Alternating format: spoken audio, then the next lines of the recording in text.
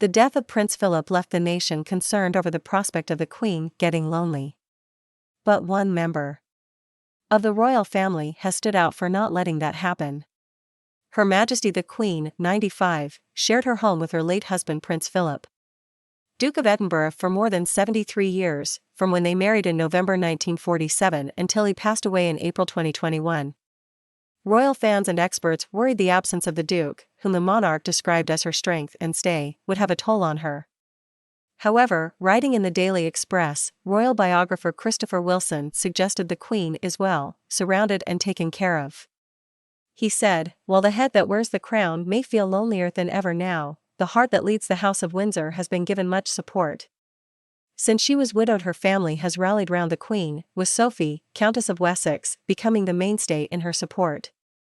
Sophie shares the Queen's passion for horses, and they have ridden out regularly together at Windsor over the past 15 years. But they have more in common than that. Mr. Wilson was told by an insider, "It's little known that the Queen counts among her many interests a great love of military history, and this is something Sophie shares." They exchange books on the subject.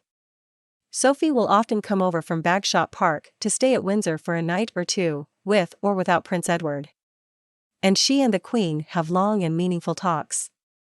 Sophie, 56, has lately become a favorite royal, both for her work and her assistance to her mother-in-law. She married the Queen's youngest son, Prince Edward, Earl of Wessex, in 1999. Since then, she has seen and helped the firm go through a series of mishaps. The stepping down of Prince Andrew, Duke of York, in 2019 pushed Sophie's role within the firm up a nudge.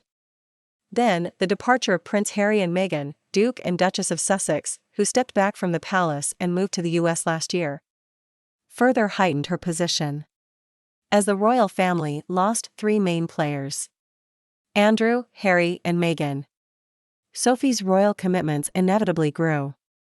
She and her husband are currently carrying out more than 500 royal engagements a year, more than Prince William and Kate, Duke and Duchess of Cambridge. This week, the Countess of Wessex has hosted an afternoon tea at St. James's Palace for 4 ambassadors of a charity with a cause close to her heart. The Scar Free Foundation, which she has been a patron of since 2003, aims to achieve scar-free healing through life-changing medical research. The charity took a small group of 8 to 12-year-olds along for tea to tell Sophie about what life was like living with scars, and the impact these had on them. The Countess said, "I am so grateful to have you helping to educate and inform people about the problems of scarring. Your knowledge is power, and you are helping the Scar Free Foundation to make people more aware by sharing your stories. It's important that people see the person, not just the scars."